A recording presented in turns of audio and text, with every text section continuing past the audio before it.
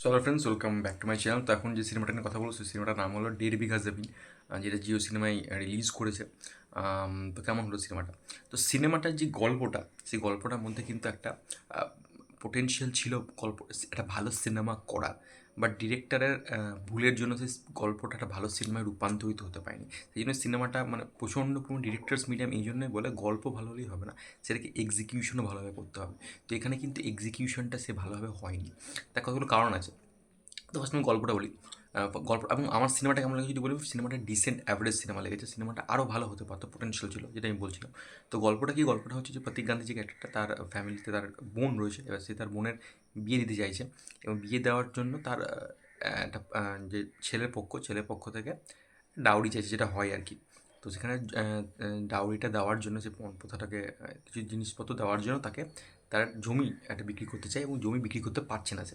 এটা নিয়ে problem create হয়। কেন প্রবলেম, কীভাবে প্রবলেমকে আদৌ সলিউশন বেরোয়, তারপরে কী কী হয় সেটা দেখার জন্য আমাকে জিও সিনেমায় গিয়ে 1.5 বিঘা জমিন সিনেমাটা দেখতে হবে। এবার সিনেমাটা প্লাস পয়েন্ট কি? সিনেমাটা একমাত্র প্লাস পয়েন্ট যেটা আমার কাছে লেগেছে সেটা হচ্ছে Pratik Gandhi. Pratik Gandhi is an outstanding actor. সে স্ক্যাম থেকে দেখে সবাই দেখেই বুঝে গেছে স্ক্যাম থেকে প্রতীক গান্ধী এত পপুলারিটি পেয়েছে। বাট তারপর থেকে না, আমার মনে হয় স্ক্যামের পরের থেকে তাকে সেভাবে কাজে লাগানো হয়নি কোনো সিনেমা বা সিরিজেই। তাকে সেভাবে কাজে লাগানো হয়নি যতটা কাজে লাগানো ইন্ডাস্ট্রি থেকে উচিত ছিল। আমার মনে হয় না এখনও প্রতীক গান্ধীর থেকে সেরকম পোটেনশিয়ালে কাজ বেরিয়েছে স্ক্যামের পর থেকে। সেটা এবং আমি চাই যেন আরও সে ভালো ভালো কাজ করতে হোক, ভালো ভালো কাজের সাথে অ্যাসোসিয়েটেড হোক।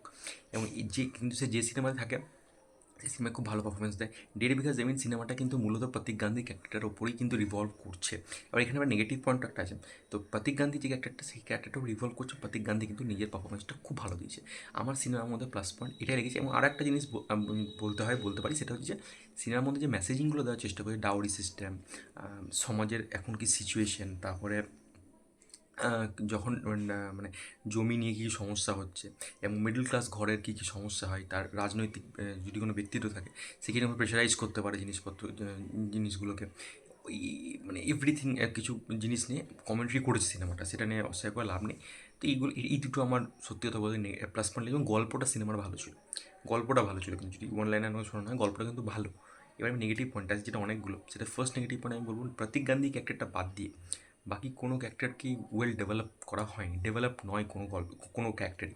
এবার সিনেমার যখন ক্যারেক্টার ডেভেলপমেন্ট যদি ভালো না হয়, সেই ক্যারেক্টারগুলোর সাথে যদি আমরা ইমোশনালি কানেক্ট না হয়, তাহলে সেই ক্যারেক্টারগুলোর সাথে সিনেমায় যেটা হবে সেইগুলো আমরা প্রপারলি ফিল করতে পারবো না। এবার সিনেমার একদম ক্লাইম্যাক্সে না একটা ভালো সিন আছে, একটা শকিং সিন আছে, ঠিক আছে? এবার সেই সিনটাকে আমি পজিটিভ পয়েন্টে কেন রাখতে পারলাম না, কারণ সেই সিনটা ভালো, শকিং হলেও সেই সিনটা এফেক্টিভ হয় না। তার একমাত্র কারণ হচ্ছে ক্যারেক্টারগুলোর সাথে আমরা ফিল করতে পারি না পুরো সিনেমাটা জুড়ে। পুরো সিনেমাটা কিন্তু ছোটো সিনেমা, 1 ঘন্টা 40 মিনিট, মানে হিসাব মধ্যে গেলে 100 মিনিটের সিনেমা। 100 মিনিটের সিনেমার মধ্যে ক্যারেক্টারগুলো কিন্তু ডেভেলপমেন্ট হয়নি। ওখানে বউয়ের ক্যারেক্টার আছে, বোনের ক্যারেক্টার আছে, মায়ের ক্যারেক্টার আছে, কোনো ক্যারেক্টারের সাথে কিন্তু সেভাবে আমরা জুড়তে পারি না। অন্তত আমার মনে হয় প্রতীক গান্ধী এবং ওর বোনের সঙ্গে যদি ক্যারেক্টারটা, যদি ওদের রিলেশনটা আরও ভালোভাবে দেখাতো, তাহলে কিন্তু আরও ভালো হতে পারতো। এবং যে জিনিসটা নিয়ে সমস্যা হয়, জমি নিয়ে সমস্যা, সেটা নিয়ে কিন্তু একটা ভালো রকম কোর্টরুম ড্রামাও দেখানো যেতে পারতো, যেটা নিয়ে একদমই সেটার উপর যাওয়া হয়নি সেটা নিয়ে। যদি সেটা দেখাতো, একটা থ্রিলিং ব্যাপার থাকতো, কী হচ্ছে না হচ্ছে, আদৌ কি জিনিসটা, কেসটাতে কোন দিকে মোড় নিচ্ছে, সেটাও কিন্তু দেখানো যেতে পারতো। সেটাও হয়নি। ক্যারেক্টারগুলোর সাথে আমরাও ভালোভাবে কানেক্ট করতে পারিনি। এটা একটা সমস্যা হচ্ছে। পারফরমেন্সের কথা যদি বলি, বাকি কারো পারফরমেন্সই আমার ভালো লাগেনি। বিশেষ করে ওর যে বউ করেছে খুশালি কুমার, ও কেন নিয়েছে ওকে? ওকে ওই ছোটো বাড়ির বউ হিসাবে ওকে মানাই না একদম। এত গ্ল্যামারাস লুক ওকে ওই রোলটাতে একদম কনভিন্সিং লাগছেই না দেখতে। তো কেন নিয়েছে আমাকে জানি না আমি।